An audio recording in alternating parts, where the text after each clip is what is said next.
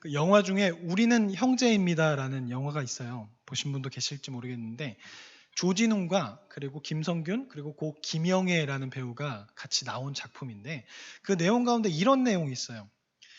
이 조진웅과 그 김성균이 어렸을 때 너무나 가난해서 부모님이 고아원에 맡긴 거예요. 그리고 미국으로 입양되기로 했어요. 이 당시에 저는 그때 살아보지 않아서 모르겠지만 그때는 부모님의 마음이 자식들이 잘 먹고 잘 사는 것이 더 중요했기 때문에 자기를 떠나서 미국으로 입양 보내는 것이 더 행복한 거라고 생각해서 그렇게 한 것이죠. 그래서 고아원에서 이제 미국으로 입양되기로 했는데 형과 동생은 같이 가는 줄 알았어요. 그래서 같이 가는 줄 알고 있었는데 형만 입양을 하게 되는 거죠. 그 과정 가운데 오해가 생겼어요. 형은 같이 가는 줄 알고 입양 거기에 따라갔는데 이 미국 양부모가 동생은 필요 없다는 거예요. 한 명이면 된다는 거예요. 그러니까 그 과정 가운데 형은 동생이 따라오는 줄 아는데 안 따라왔고 동생은 형이 자기를 버리고 좋은 곳에 가서 혼자 미국 가서 호의호식한다고 생각하게 된 것이죠. 그렇게 해서 30년이 지나고 만나게 되었어요. 형은 동생을 보고 싶겠죠. 30년 만에 만나니까. 근데 동생은 그렇지 않았어요. 왜냐하면 자기를 버렸고 오해가 있는 거죠. 자기를 버렸고 형은 혼자 30년 동안 좋은 땅 미국 가서 호의호식하면서 살아갔기 때문에 좋은 땅에서 좋은 나라에 입양되었기 때문에 잘 먹고 잘 살았다. 자기를 버렸다라는 생각 때문에 형을 만나는 것을 그렇게 좋아하지 않았어요. 근데 나중에 알고 보니까 이 형도 엄청나게 힘든 삶을 살았어요. 왜냐하면 입양돼서 가자마자 얼마 지나지 않아서 그 미국인 가정에 재앙이 찾아오게 돼요. 사람이 죽는 거죠. 근데 그 화살이 어디에 가냐? 동양에서 온 그 꼬맹이, 얘가 저주를 불러왔다. 그래서 구타가 시작되는 거예요. 그렇게 매일매일 구타 가운데 살아가다가 결국 어쩔 수 없이 집에서 나온 거죠. 그리고 그때부터 깽단에 들어가요. 그리고 깽단에서 활동하다가 결국 사람을 죽이게 되고 감옥에 들어갔다가 나와서 회심해서 목사가 되어서 돌아온 거예요. 근데 그 과정을 모르는 거죠. 그러다 보니까 동생은 형을 미워할 수밖에 없는 거예요. 형이 너무나 싫은 거죠. 왜? 혼자 잘 먹고 잘 살았으니까. 근데 오늘 말씀에서 나오는 모세가 이스라엘 백성에겐 그랬을 거예요. 왜냐하면 모세가 태어났을 때 모든 사람이 다 물에 빠져 죽었어요. 동기들은 다 물에 빠져 죽었어요. 근데 모세만 어떻게 됐어요? 좋은 땅 애굽으로 입양됐어요. 애굽은 히브리인을 괴롭히는 민족이란 말이에요. 그런데 그곳에 가서 잘 먹고 잘 산단 말이에요. 그렇기 때문에 히브리인들, 이스라엘 사람들은 모세를 좋아하지 않았을 거예요. 왜? 자신들을 버리고 자신들을 괴롭히는 그 나라에 들어가서 그곳에 살았으니까 별로 좋아하지 않았을 거죠. 오늘 11절 말씀을 보면 모세가 장성했다고 말해요. 이것은 성인이 됐다는 것을 말해요. 그리고 모세가 이 애굽에서 교육을 받잖아요. 근데 통상 애굽에서의 왕실에서의 교육 기간은 12년 정도 걸린다고 해요. 그럼 이것을 따지면 모세가 지금 입양되고 꽤나 시간이 오래 흘렀고 그 과정 가운데 애굽의 왕실 교육을 받았어요. 애굽의 왕실 교육을 받고 애굽의 귀족으로 살아간단 말이에요. 모세가 백수로 살았을까요? 그렇지 않았을 거라고 생각해요. 저가 봤을 때 모세도 그 한 히브리인을 관리하는 노동 관리자 위에서 또 다른 관리를 했을 거라고 생각해요. 그러다 보니까 모세는 이제 완전한 애굽 사람이에요. 겉모습도 애굽 사람, 하는 행동도 말투도 먹는 것도 옷도 다 애굽 사람이에요. 그러다 보니까 히브리인이 봤을 때 좀 전에 말씀드린 것처럼 모세는 자신의 동족으로 보일 수가 없는 거예요. 오히려 매국노 아니면 배신자, 기회주의자 보이죠. 마치 우리가 일제강점기 시대에 일본에게 붙어서 살았던 그 친일파를 좋아하지 않는 것처럼 이스라엘 백성은 히브리인은 모세를 좋아하지 않았을 거예요. 그러나 어느 날 모세가 자기 동족에게 일하는 곳으로 나아가게 돼요. 11절에 보면 자기 형제들에게 나아갔다고 이야기하거든요. 이것을 통해 볼 때 모세는 지금 비록 애굽 사람으로 살아가지만 자기의 정체성은 히브리인이라고 그렇게 생각했던 걸로 보여져요. 왜? 자기 형제들에게 나아갔다고 하니까. 근데 그때 거기서 모세가 분노할 만한 일이 벌어지는데 자기의 동족이라고 생각했던 히브리인이 애굽 사람에게 괴롭힘을 당한 것을 보게 돼요. 이전에 말씀을 드렸죠. 요셉 때 이 이스라엘 백성들은 히브리인은 요셉과 그 바로와의 친근 제2인자였기 때문에 잘 먹고 잘 살았어요. 자유인으로 살아갔어요. 그런데 왕조가 바뀌면서 요셉과 그의 후손들은 숙청의 대상이라 말씀드렸죠. 그래서 왕조가 바뀌었기 때문에 이제 이스라엘은 숙청의 대상이 되었고 그들은 이제 노예로 살아가는 거죠.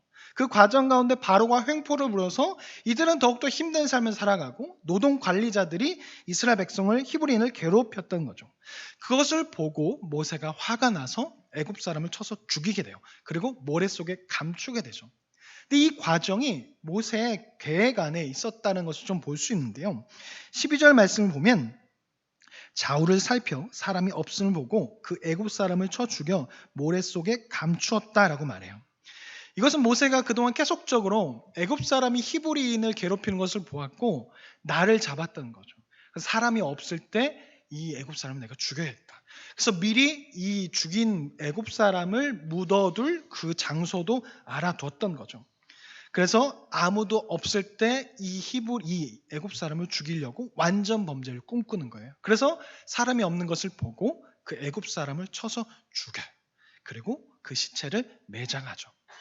이런 모세의 행동에 대해서 좋게 보는 사람이 있고 좋지 못하게 보는 사람이 있는데, 첫 번째 좋게 보는 입장은 이거예요. 모세가 하나님을 대신해서 애굽을 심판하는데 이 장면이 그 첫 번째 시작이라는 거죠. 그것을 어떻게 보냐면 모세가 애굽 사람을 쳤잖아요. 그 쳤다라는 단어가 히브리어로 낙하라는 동사가 사용되는데 출애굽기 안에서 하나님께서 애굽을 칠 때 사용되는 동사가 바로 낙하예요. 이것을 통해 지금 하나님께서 모세를 통해서 첫 번째 심판이 시작되었다라고 이렇게 볼 수 있는 거죠. 모세의 이 행동을 우리는 이렇게 이해할 수 있어요. 일반적인 상황에서 모세가 사람을 죽인 것은 범죄예요. 그런데 이스라엘 상황을 보시면 400년 동안 노예로 살았어요. 인권을 보장받지 못했어요. 엄청난 핍박을 받았어요. 인권을 전혀 보장받지 못하고 노예로서 살아갔단 말이에요. 성경에는 기록되어 있지 않았지만 400년 동안 핍박이 있었어요. 노동했어요. 고된 노동했어요. 이 과정 가운데 몇 명이 죽었을까요?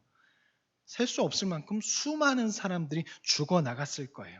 성경에는 한 번만 기록했지만 계속적으로 애굽의 노동관리자는 히브리인을 계속 쳤을 거예요. 과도한 노동을 시키고 채찍을 쳤을 거예요. 그 과정 가운데 죽었을 거예요. 수많은 사람들이. 근데 모세는 그 수많은 경우 중에 딱 한 번 폭력으로 저항한 것이죠. 예를 들면 이런 거예요. 일제강점기 시대에 독립운동가 중에서 기독교인이 많다라는 거 아시죠? 3.1운동 한 사람들. 그 독립운동가 중에서 일본의 고위관료를 죽인 사람들이 있죠. 죽이려고 했던 사람들, 안중근 의사, 이봉창 의사, 그런 사람들은 폭탄이나 총을 사용해서 사람들을 없애려고 했죠. 이 부분에 대해서 오늘날 우리나라 사람이 뭐라고 하는 사람이 있나요? 없어요. 만약에 그렇게 말했다면 저 매국노, 친일파 이렇게 이야기할 거예요. 어느 누구도 독립운동가가 안중근 의사가 일본 사람을 죽이려고 한 것을 뭐라고 하는 사람이 없어요. 모세 행동을 그렇게 볼 수 있다라는 거죠. 그렇게 보면 모세 행동은 정당할 수 있어요. 그런데 이것을 좋지 못하게 보는 입장은 모세가 교만해서 하나님의 때를 기다리지 못하고 스스로 하나님이 되어서 애굽 사람을 심판했다는 거죠. 그러니까 어찌되었든 살인은 잘못되었다라고 보는 입장이에요. 하나님께 맡기지 못하고 스스로 나섰다. 그래서 이것은 교만의 행동이다. 그렇기에 모세는 애굽에서 쫓겨나서 미디안 강으로 가게 된 것이다 라고 보는 입장이 있어요. 그런데 오늘 우리가 읽은 본문에서는 이 부분에 대해서 정당화하거나 비난하지 않아요. 그냥 단지 기술할 뿐이죠. 그럼 우리가 이것을 어떻게 보아야 할까요? 먼저 이것은 지금 애굽에 임한 하나님의 첫 번째 심판이라고 볼 수 있어요. 그 시작점이 모세인 것이죠. 그런데 독립운동가가 일본 사람을 죽인 것을 오늘날로 가져와서 우리가 지금 일본 사람을 죽인다면 문제가 될 거예요. 마찬가지로 이 본문을 오늘날 가져와서 우리를 괴롭히는 사람들을 죽이는 것에 대한 폭력의 정당성을 만약에 정당화시킨다면 그것은 잘못됐다는 거죠. 그리고 모세는 12년 동안 애굽의 왕실 교육을 받았어요. 그리고 아마도 성경에 기록되어 있지 않았지만 애굽에서 귀족으로서 무언가 통치하고 무언가 맡아서 살아갔을 거예요. 그렇다면 모세가 가지고 있는 지위와 지혜를 가지고 이 방법을 따르게 해결할 수도 있었을 거예요. 그런데 모세가 아직 온유하지 못해서 그 폭력을, 자신의 그 성격을 이겨내지 못하고 폭력을 넘어 살인을 저지르는 거죠. 하나님께서 모세를 사용하셨어요. 근데 모세의 온유하지 못함이 결국 조금은 잘못된 방향으로 간 거죠. 하지만 하나님은 합력하여 선을 이루시는 분이기에 모세의 그런 행동까지도 하나님께서 사용하셔서 결국은 애굽을 탈출시키는 거죠. 우리는 하나님의 사람입니다. 하나님께서 우리를 사용하세요. 우리를 통해서 일하세요. 그리고 하나님은 우리의 말과 행동을 통해서 역사에 나가시죠. 그런데 우리가 험한 말을 해도, 우리가 험한 행동을 해도 하나님은 전능하시기 때문에 그것마저도 사용하셔서 하나님께서는 일을 진행해 나가세요. 그런데 하나님이 원하시는 방식은 그렇지 않다라는 거죠. 하나님이 원하시는 방식은 하나님의 뜻대로 좋은 방법을 통해서 하나님의 일이 이루어지길 원하세요. 그렇게 되기를 원하시면서 우리를 사용하시는 거죠. 그렇기 때문에 우리는 하나님의 일을 할 때, 어떤 일을 할 때 우리가 가지고 있는 생각과 우리가 가지고 있는 지식만을 가지고 일을 해서는 안 될 거예요. 그렇게 하면 일은 진행돼요. 일은 해결될 거예요. 그런데 문제가 발생하고 그 과정 가운데 상처가 나타날 것이고 해결하기 어려운 문제가 발생할 거라는 거죠. 그렇기 때문에 우리가 어떤 일을 할 때 반드시 해야 할 것은 기도와 말씀이 함께 가야 돼요. 말씀 안에서 발견해야 되고 기도를 통해서 하나님의 음성을 듣고 일을 해 나가야 되죠. 그렇지 않는다면 일은 진행되겠지만 결국 문제가 발생할 거고 상처가 일어나게 될 것입니다. 그러니 우리가 어떤 일을 할 때 나의 지식과 생각 플러스 기도와 말씀을 같이 가서 그것을 통해서 좋은 방법으로 일해야 할 것입니다. 하나님 우리를 사용하십니다. 그리고 우리는 하나님의 자녀답게 그 일을 해 나가야 할 것입니다. 이제 모세가 완전 범죄를 꿈꿨어요. 그래서 완전 범죄인 것처럼 되었어요. 아무 일도 벌어지지 않았잖아요. 그 다음 날이 되었어요. 그런데 이제 모세가 봤을 때는 완전 범죄잖아요. 그래서 나갔어요. 괴롭히던 애굽 사람이 사라졌어요. 이스라엘 히브리인에게는 평화가 찾아올 거라고 생각했어요. 근데 나갔어요. 그런데 지들끼리 싸우고 있는 거죠. 애굽 사람이 사라졌는데 자기네들끼리 싸우고 있는 거예요. 그래서 모세가 또다시 중재자가 되기로 결정을 해요. 자신의 동포라고 생각했던 히브리인에게 찾아가서 중재하죠. 왜냐하면 어저께 도와줬잖아요. 어저께 히브리인의 괴롭히는 사람을 없애줬잖아요. 그렇기 때문에 모세는 생각하는 거죠. 이 사람이 오늘 내 말을 잘 들을 거야 라고 생각하고 가서 중재를 시도하는데 모세가 생각지도 못한 반응이 히브리인에게 나타났는데 14절 말씀을 제가 읽어드릴게요. 그가 이르되 누가 우리를 다스리는 자와 재판관으로 삼았느냐? 내가 애굽 사람을 죽인 것처럼 나도 죽이려느냐? 모세가 두려워하여 이르되 일이 탈로 되었도다 라고 그렇게 말해요. 그러니까 모세는 히브리인을 자신의 민족이라고 생각해서 도와줬단 말이에요. 그들을 애굽 사람으로부터 해방시키고 싶어서 직접 나섰단 말이에요. 그런데 히브리인은 이스라엘 사람은 모세를 자신의 동족이라고 생각하지 않은 거예요. 그래서 모세가 다가가자 모세에게 어제 일을 수면 위로 꺼내면서 모세에게 수치심과 조롱함을 주게 돼요. 모세는 히브리인을 자신의 동족이라고 생각했거든요. 근데 히브리인은 모세를 배신자, 매국노, 기회주의자로 생각했던 거죠. 그러니 히브리인은 모세의 중재를 받아들이지 못하고 오히려 모세에게 수치와 조롱을 주고 어제 있었던 일을 꺼냄으로 인해서 난처하게 만들어요. 읽었던 본문 말씀 14절 후반부에 보면 이렇게 나와 있어요. 이르되 일이 탈로 되었도다. 이것은 지금 그 히브리인이 모세가 한 행동을 애굽의 왕실에 꼰질렀다는, 고자질했다는 거예요. 모세가 동족이라 생각해서 히브리인을 도왔는데 지금 히브리인은 모세를 동족이라 생각하지 않고 그 사실을 가지고 애굽 왕실에 가서 모세가 사람을 죽였습니다라고 그것을 이야기함을 통해서 모세를 위험한 상황으로 만든 것이죠. 결국 동족이라고 생각해서 도와준 모세는 동족이라고 생각한 그 히브리인의 행동으로 인해서 애굽에서 도망쳐 나와야 하는 상황이 되어버렸어요. 모세의 마음이 어땠을까요? 동족이라고 생각해서 자신의 자리를 걸고 도와줬단 말이에요. 그런데 그 히브리인이 자신을 위험에 빠뜨렸어요. 실망감, 좌절감, 배신감 말로 표현할 수 없을 거예요. 이 사건으로 해서 크게 낙심했을 거예요. 그래서 나중에 하나님께서 모세를 부르실 때 어떻게 했어요? 자기 못 간다, 안 간다 그러잖아요. 낙심해서 떨기나면서 부를 때 나는 도저히 못 간다고 엄청나게 많이 거절하잖아요. 배신당했거든요. 좌절했거든요. 낙담했거든요. 그런데 예수님께서도 자신의 모든 것을 다 바쳐서 희생한 제자들에게 배신을 철저하게 당하게 돼요. 12 사도 가운데 가룟 유다에게 30냥에 팔리게 되고 수제자였던 베드로에게 3번 부인하는데 마지막에는 눈에 보이고 귀에 들릴 정도의 음성으로 욕을 했다고 말해요. 저주했다고, 욕을 했다고 말해요. 철저하게 배신당하죠. 그리고 예수님께서 돌아가실 때 제자들은 다 도망쳐 버렸어요. 어느 누구도 예수님을 지켜주지 못했죠. 인간을 위해 모든 것을 다 바치신 예수님은 결국 그 인간에게 철저하게 배신당해서 죽임을 당하죠. 그러나 예수님의 그 희생으로 인해서 교회가 세워졌어요. 오늘날 세계에는, 전 세계에는 그 예수님의 희생으로 말미암아 교회가 세워졌죠. 전 세계에 예수님의 희생과 섬김과 봉사로 인해서 교회가 세워졌어요. 그런데 문제는 무엇이냐면 그렇게 세워진 교회가 어느 생명을 전하는 교회가 아니라, 생명을 살리는 것이 아니라 부끄러움을 주거나 아니면 어떤 특정한 사람들의 모이는 곳으로 바뀌어버리는 거죠. 나와 다른 모습을 하는 사람들은 배척받거나 나와 다른 생각을 가진 사람들은 들어올 수 없는 곳으로 만들어버렸어요. 특정한 죄인으로 만들어버리는 거죠. 그래서 처음부터 들어오지 못하게 만들어버리는 거예요. 차별하지 말아야 할 교회가 차별하고 있고, 사랑을 알려줘야 할 교회가 차별을 알려주고 있는 곳이 되어버렸죠.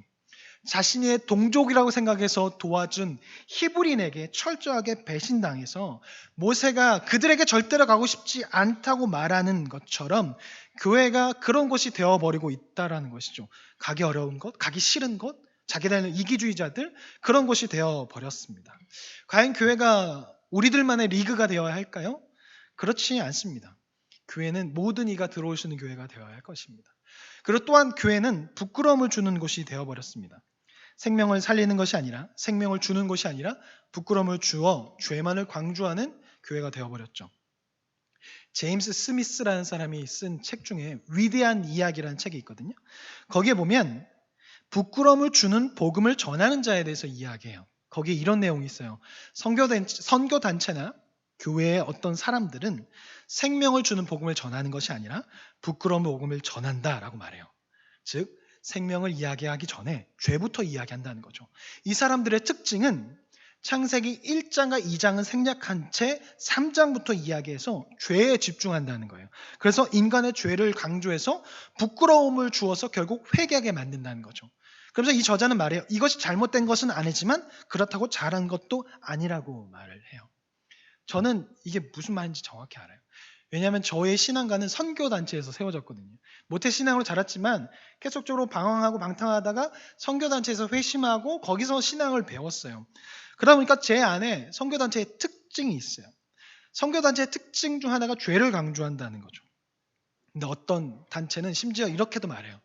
자신들이 하는 그 학교, 복음을 전하는 복음학교에서 그 학교에서 복음을 듣지 못하면 복음을 모른다고 말하거나 아니면 그 복음학교를 수료하지 못하면 심지어 구원받지 못했다라고 말하는 사람도 제가 본 적이 있어요. 이래서 문제가 된 적이 있었는데, 그러니까 그만큼 죄를 강조하다 보니까 자신들만의 리그에 빠져버린 거죠. 근데 제가 이것을 경험하다 보니까 제가 그런 경향이 있어요. 설교도 그렇게 하고 메시지가 나올 때도 그런 메시지가 자주 나오는 거죠. 물론 예언서를 설교할 때는 심판이 주된 메시지이기 때문에 심판을 선포해야 돼요. 그리고 본문 안에서 회개에 대한 메시지가 나오면 회개하라고 이야기를 해야 돼요. 근데 모든 선교가 죄만 강조한다면, 복음이라고 말하면서 죄만 이야기한다면, 그래서 사람들에게 부끄러움을 준다면 복음이라고 말하지만 사람들은 복음이라고 받아들이지 못한 거죠. 부끄러움을 주는데 죄인으로 낙인 찍어버리는데, 살리는 것이 아니라 죽이는 것이 되어버리는데 어떻게 사람들이 기쁜 소식으로 받아들일 수 있겠냐는 거죠. 우리는 생각해 봐야 합니다. 과연 교회는 살리는 곳인지, 또 내가 전하는 복음은 살리는 복음인지, 또 나는 그 복음이, 나에게 있어서 복음은 과연 나를 살리는 것인지, 아니면 부끄러움을 주는 것인지, 아니면 나를 죽이게 하고 힘들게 하는지 생각해 봐야 돼요. 여러분에게 복음은 어떻게 다가오십니까? 여러분에게 예수님은 어떻게 다가오십니까? 불편하십니까? 아니면 귀찮으십니까? 아니면 정말 기쁜 소식이 되십니까? 복음은 나에게 기쁜 소식이 되어야 합니다. 그렇지 못하다면 결국 바른 복음을 전할 수 없고 바른 기독교인의 삶을 살 수 없을 것입니다.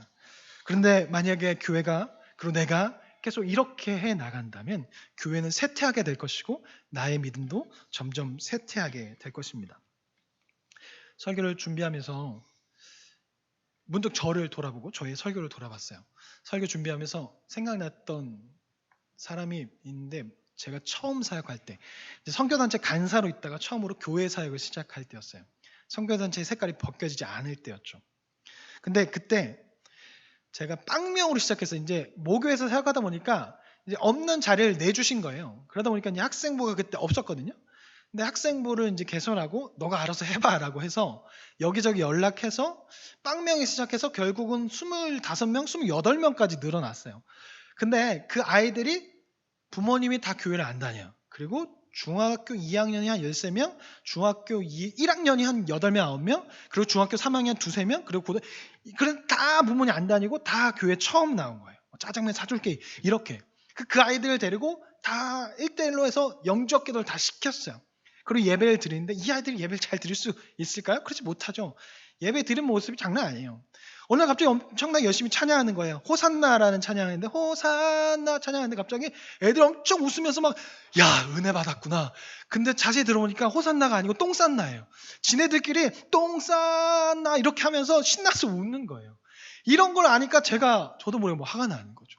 그리고 아이들이 막 예배 시에 핸드폰 보고 걔네들은 저한테 선생님이라고 불렀거든요.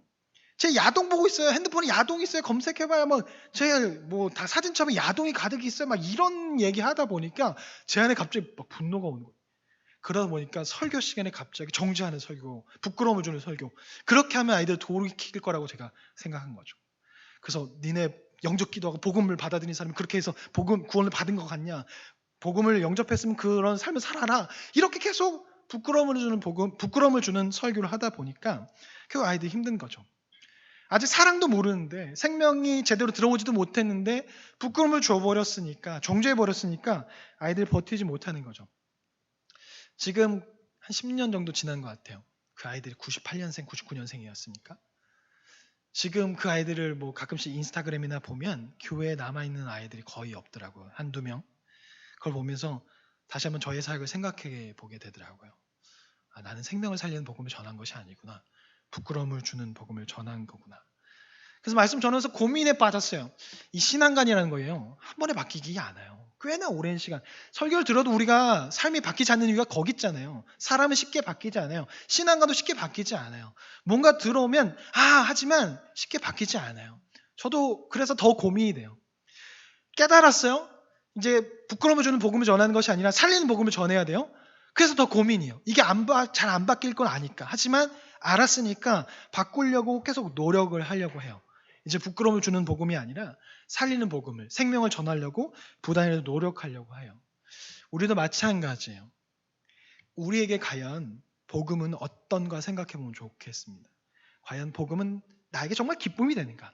아니면 그냥 나에게 부끄러움을 주고 그냥 죄를 생각나게 하는 걸로 끝나는가? 만약에 계속 부끄러움만 준다면 이것은 나에게 기쁨이 될 수 없어요. 계속 바닥만 치는 거예요. 예수님이 나에게 정말 기쁨이 될 수 있도록 기도하셔야 할 것입니다. 마지막으로 동족에게 버림을 당한 모세는 이방인에게 가서 결국 구출을 받게 되죠. 그곳에서 결국 미디안 제사장에게 건짐을 받게 되고 그 안에서 이 제사장의 딸 십보라와 결혼해서 그곳에서 40년 동안 살게 돼요. 동족에게 배신을 당하지만 이방인에게 살림을 당하죠. 오늘날 사랑이, 생명이 교회 안에서 나오는지 교회 밖에서 더 많이 나오는지 생각해 봐야 돼요. 교회 밖에서 더 많은 일이 벌어지는지 더 많은 생명을 살리는 일이 벌어지는지 교회 안에서 더 많은 생명을 살리는 일이 있는지 생각해 봐야 합니다. 교회는 사랑이고 교회는 생명이 있어야 합니다. 그러기 위해서는 교회 공동체인 우리가 먼저 그 생명, 그 구원이, 그 복음이 우리에게 생명이 되어야 하고 그것이 될 때 우리는 누군가에게 생명의 복음을 전할 수 있을 겁니다. 같이 찬양을 하고 기도했으면 좋겠는데요. 기도할 때 예수님이 나에게 정말 기쁜 소식이 될 수 있도록 복음이 나에게 정말 기쁜 소식이 될 수 있게 해달라고 기도해 주시고 그래서 그 하나님의 마음을 알고 그 마음을 전할 수 있게 해달라고 기도했으면 좋겠는데 아까 불렀던 나의 갈 길 다가도록 같이 찬양하겠습니다.